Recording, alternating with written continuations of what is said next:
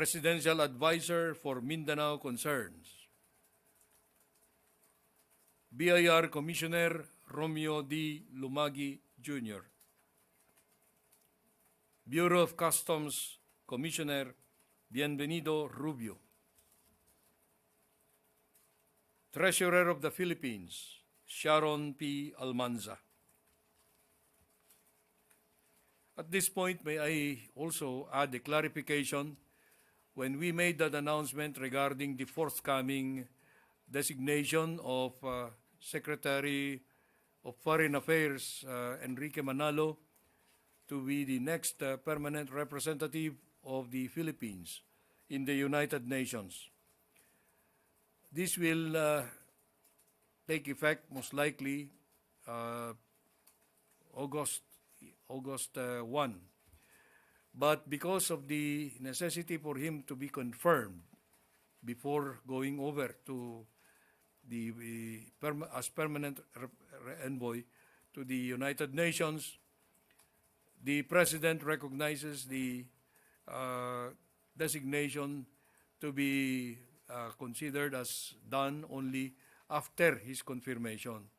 In the meanwhile, he will remain as the Secretary of Foreign Affairs. In the meanwhile, because there was a misunderstanding maybe about when he would really stop performing or discharging his duties as Secretary. So I am now ready to receive your questions. Okay. May I just make this additional point? That means that Secretary Manalo's courtesy resignation was declined. He continues to be the Secretary of Foreign Affairs. It's necessary to clarify that because there should be no uncertainty about his status. Okay, I may now accept your questions.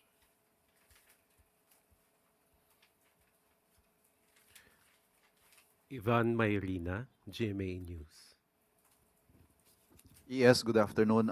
With the announcement on the cabinet secretaries whose courtesy resignations were declined, it appears that this performance review was not as sweeping as the public may have anticipated. Well, if you are asking for blood, there will still be blood. But, you know, we are still undertaking continuing performance evaluations even of those undersecretaries or those lower than the cabinet rank functionaries. I assure you that this is a very sweeping and thorough evaluation being made by the President and the panel of his choice regarding those who will be continuing, remaining in office, and those who will be ultimately ousted. But at least for the major departments, wala hong masyadong movement. So does the President expect changes in how these departments are run with the same heads? Yeah, that's a very good question. No? All of them who have been retained, including myself, are expected to give fresh attention to the mandates and to give more performance, show more performance in our respective areas.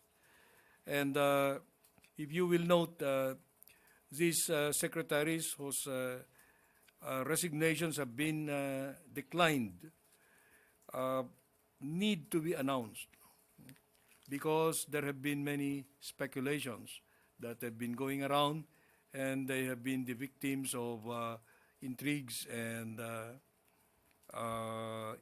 harassment from many quarters.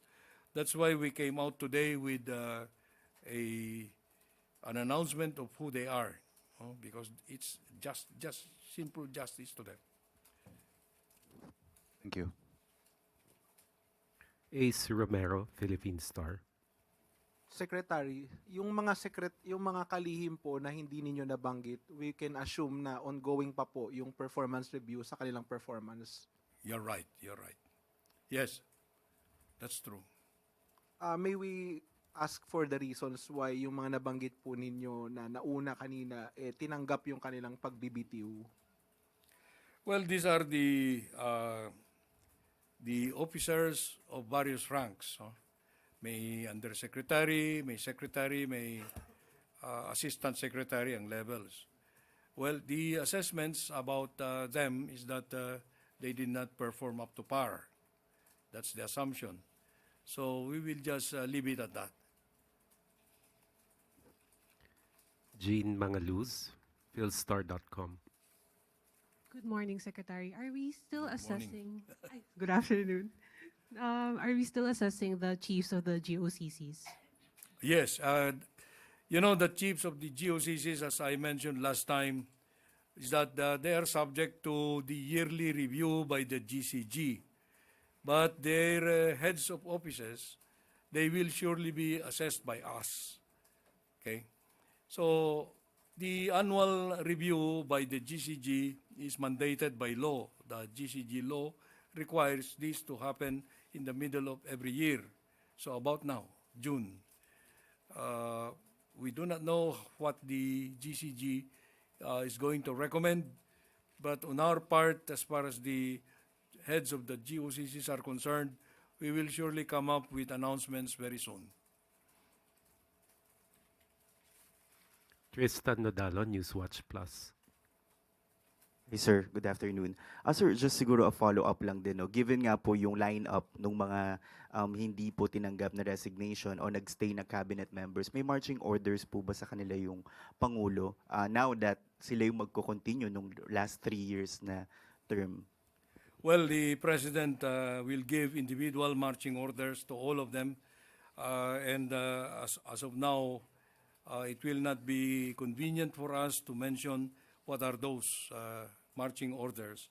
But definitely they know that the President demands the highest degree of performance. And those who have not been retained know also where they have failed or where they were short in delivery. Siguro sir, message na lang po sa public na baka isipin nila wala namang nagbago sa line-up of cabinet secretaries at the very least, yung marami pong natira na sila rin naman. Ano pong mensahe nyo sir sa publiko? Well, alam nyo, ito ang gusto kong maintindihan ninyo. No? The President is a manager. He has his own levels of achievement that he has imposed on each of us in the cabinet.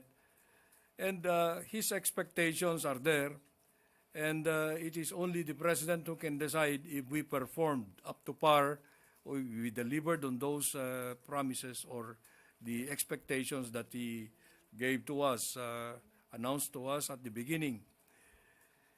And because of this, the President might have probably, most likely, determined that most of these whom he retained have performed at par, because otherwise he would surely have fired them. You know, this is not a purge. You must understand that. That's why we went to the courtesy resignation as the means for implementing this reorganization. But, you know, even if you have been retained now, you will still be expected to make your to deliver on your marching orders. And these are very specific to each of these respective officials of government. Maricel Halili, News 5. Magandang hapon po, sir. Sir, yun pong na-mention ninyo kanina ng mga officials who will be replaced. What are the reasons that the President decided to remove them from the post? Are they involved in particular issues or just failure to meet the expectations of the President? Yes. Good that you asked that, because, you know, these are the presidential advisors, presidential assistants. No? There are many of them.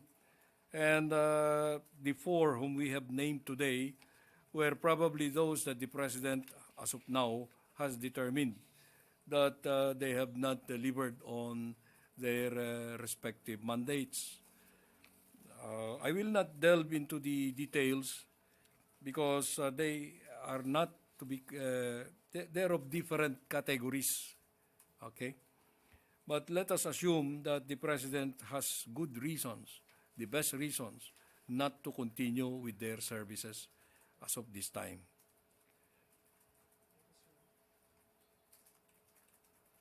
Any more questions?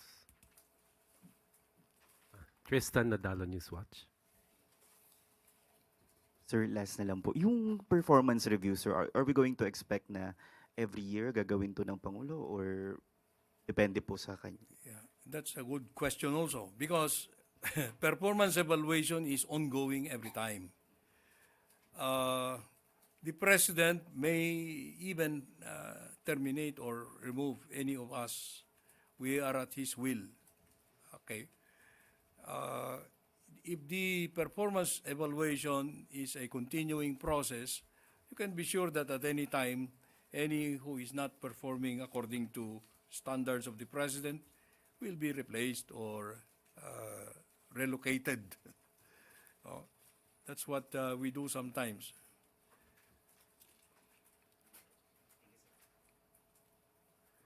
If there are no more questions, thank you very much, Executive Secretary Lucas P. Bersamin. Thank you. Thank you. Thank you very much, Malacanang Press Corps. No, it all depends on